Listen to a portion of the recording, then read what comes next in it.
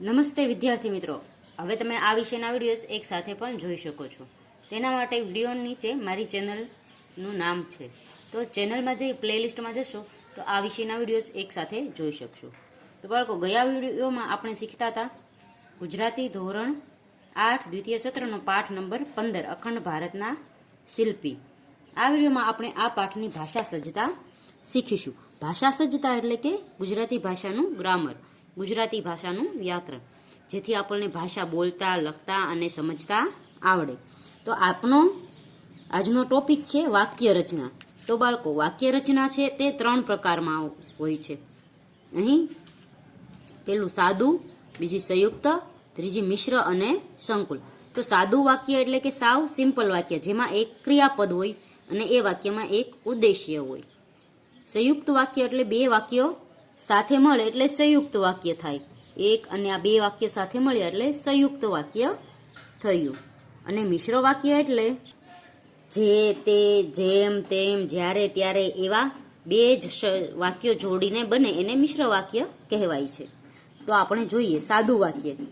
તો એનું ઉદાહરણ છે મારી પ્રજા સુખી રહો. તો અહીં ઉદ્દેશ્ય છે પોતાની પ્રજાને સુખી રાખવાનું. તો સુખી છે એક ક્રિયાપદ છે. પછી છે સંયુક્ત વાક્ય. અતિથિ માટે ખુરશીની વ્યવસ્થા રખાઈ છે, પણ તેઓ નીચે બેસવાનો આગ્રહ રાખે છે. તો અહીં 2 વાક્ય છે અને બંને વાક્યોને પણ સાથે જોડેલો છે એટલે એને સંયુક્ત વાક્ય કહેવાય. સંયુક્ત એટલે કે ભેગું. ત્રીજું છે મિશ્ર અને સંકુલ વાક્ય. તો તેનું ઉદાહરણ છે તેમણે કહ્યું પ્રજાનું હતું અને પ્રજાને આપ્યું ને, એમાં કયો ઉપકાર કર્યો.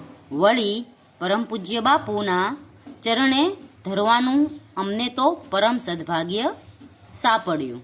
તો આ સંયુક્ત ને પણ મિશ્ર અને સંકુલ વાક્ય છે. હવે પેલું છે સાદું વાક્ય. સાદા વાક્યમાં સામાન્ય રીતે ઓછામાં ઓછું એક ક્રિયાપદ કે એક ઉદ્દેશ્ય કે વિધેય હોય છે. એટલે કે સાદા વાક્યમાં ખાલી એક જ ક્રિયાપદ અને તેનો ઉદ્દેશ્ય એક હોય છે. પછી બીજું છે સંયુક્ત વાક્ય. તો સંયોજકથી જોડાયેલા વાક્યોને સંયુક્ત વાક્ય તરીકે ઓળખવામાં આવે છે. સંયોજક એટલે કે ને, એટલે, કે, અને, માટે, પણ, પરંતુ જેવા શબ્દો જે અહીં આપેલા છે. છતાં, તેમ, કે, અથવા, અથવા તો, કાં તો, એટલે, માટે, તેથી, નહીંતર, કેમ કે, કારણ કે વગેરે. ધ્યાનમાં એ રાખવાનું કે આ રીતે જોડાયેલા વાક્યો પોતે સ્વતંત્ર રીતે ટકી શકે એવા હોવા જોઈએ. એટલે કે બંને સમાન મોભો ધરાવતા હોવા જોઈએ. તો સંયુક્ત વાક્યમાં બંને છે તે સરખા હોવા જોઈએ. એક વાક્ય બીજા વાક્ય ઉપર આધાર રાખતું હોવું જોઈએ નહીં. એ વાક્ય માત્ર સંયોજક વડે જોડાયેલ હોવા જોઈએ. જો એમ હોય તો એવી વાક્ય રચનાને સંયુક્ત વાક્ય રચના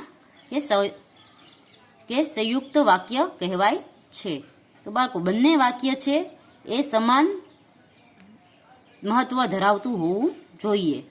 સંયુક્ત વાક્યો અમુક સંયોજકોના ઉપયોગથી બને છે, જેમ કે ને, અને, પણ, છતાં, તો પણ, છતાં પણ, તેમ છતાં, કે, અથવા, અથવા તો, કાં તો, એટલે, માટે, નહીંતર, તેથી, કેમ કે, કારણ કે વગેરે.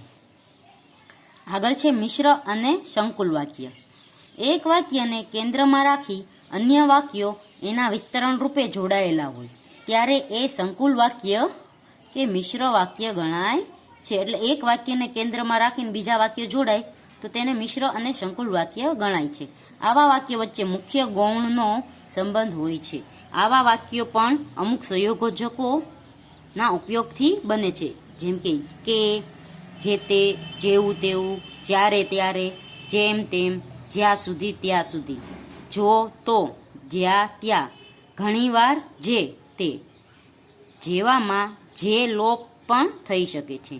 કેટલીક વાર મુખ્ય વાક્યમાં એ, એવું, એટલું જેવા પદ હોય તો ગૌણ વાક્ય રચના એની સાથે જોડાઈ જાય છે. બીજા કોઈ સંયોજકોની જરૂર પડતી નથી. સંકુલ વાક્યમાં ગૌણ વાક્ય એ મુખ્ય વાક્યના વિસ્તાર રૂપે હોય છે.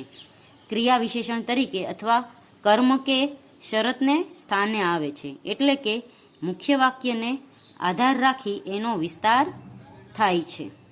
હવે છે સામાસિક શબ્દો. તો નીચેના શબ્દો વાંચો: શિરછોગું, સ્વાતંત્ર્ય સંગ્રામ, દેશભક્તિ, ખેડૂત પુત્ર, દાંડી યાત્રા. તમે જોશો કે ઉપરના બે શબ્દો મળીને શબ્દનું રૂપ પામ્યા છે. પહેલા શબ્દમાં શિર અને છોગું એવા બે સ્વતંત્ર શબ્દો ભેગા મળીને ત્રીજો જ વિશેષ અર્થ પ્રગટ કરે છે. એવું જ બીજા શબ્દમાં સ્વાતંત્ર્ય અને સંગ્રામ એવા બે જુજવા શબ્દોમાંથી સ્વાતંત્ર્ય સંગ્રામ શબ્દ બન્યો છે. વ્યાકરણની ભાષામાં આવા શબ્દો સામાસિક શબ્દો કહેવાય છે. તો બાળકો, કોઈ પણ બે શબ્દો પોતાનો સ્વતંત્ર અર્થ ધરાવતા હોય અને ભેગા થઈ અને કોઈક ત્રીજો શબ્દ બને અને તેનો અર્થ અલગ નીકળે તેવા શબ્દોને આપણે છે તે સામાસિક શબ્દો કહીએ છીએ. તો વિદ્યાર્થીઓ, આપણે આ વિડીયોમાં જોયું વાક્ય રચના વિશે. એમાં સાદું વાક્ય રચના, સંયુક્ત વાક્ય રચના અને મિશ્ર તથા સંકુલ વાક્ય રચના. એ સિવાય સામાસિક શબ્દો એટલે શું એ આપણે જોયું. આવતા વિડીયોમાં આપણે આ પાઠનો અભ્યાસ શીખીશું. ત્યાં સુધી ગુડ બાય, ટેક કેર.